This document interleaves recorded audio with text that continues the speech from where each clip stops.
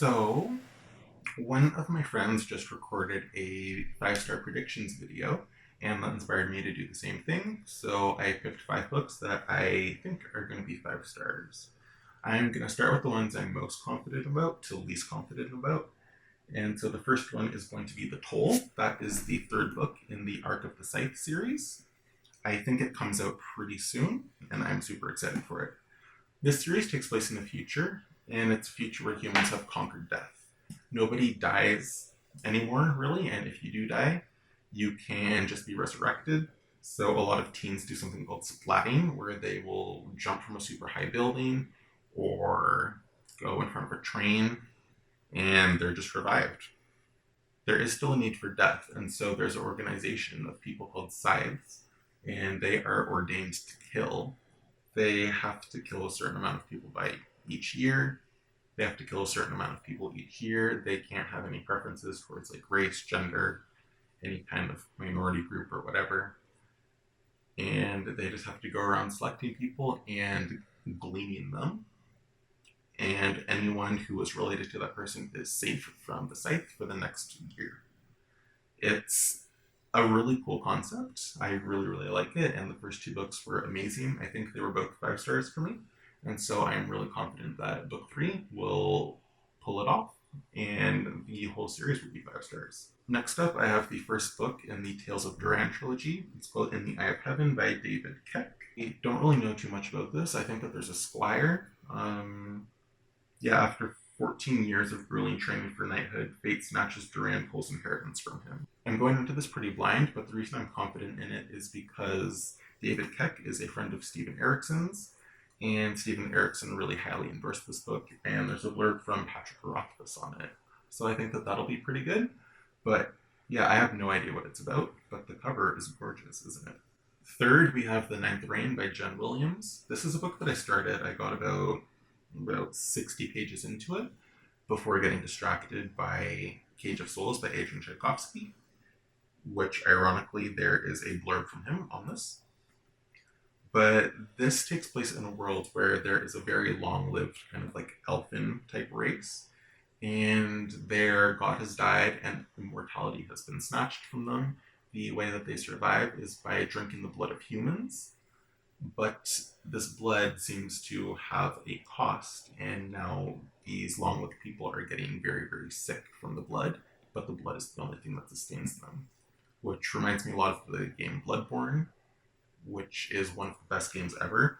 I really wish someone would write a book about Bloodborne because that would be absolutely amazing. Anyway, in this book, there is one of these long lived people. His name was Tourmalin, and he joins up with a woman named Lady Vintage. They go on a bit of an adventure, and they are joined by a fugitive witch. And that's really all that I know. It seems there's some kind of conspiracy. And so I'm excited to get back to this book because it was pretty good in the first few pages that I read. Fourth, we have The Secret Commonwealth by Philip Pullman. This one I'm a bit nervous for, but I want to give it the benefit of the doubt because it's been a long time since he wrote his Dark Materials. I absolutely loved his Dark Materials when I first read it in, I think, ninth grade, but I just read it again recently in preparation for the HBO show, which looks absolutely amazing. Check out the trailer. But the first book I really liked. The second book I thought was good. The third book completely lost me. I feel like Pullman just completely lost kind of the thread of the story, and everything got very Chico. I feel like Philip Pullman really kind of lost the thread of the story in book 3. It seemed like everything got really, really jumbled. Nothing really made sense anymore. He threw in all of these random things like the Anefa or whatever, the like elephant motorcycle animals. That didn't really make much sense. And all of his kind of edgy, cool religious talk just completely dissolved into random threads that didn't really fit together anymore. And so I was super disappointed in the series upon reread. But I think that since it's been around like a decade since he wrote it, I think that the prequel has great potential. So I also think The Secret Commonwealth comes out in about a week, so I will be picking that up immediately and I'll review it for you guys if you want. I'm kind of excited for it and I want to give it the benefit of the doubt. And last up, we have the third book in their Bright Ascendancy trilogy by K. Arsenio Rivera. The first book being The Tiger's Daughter.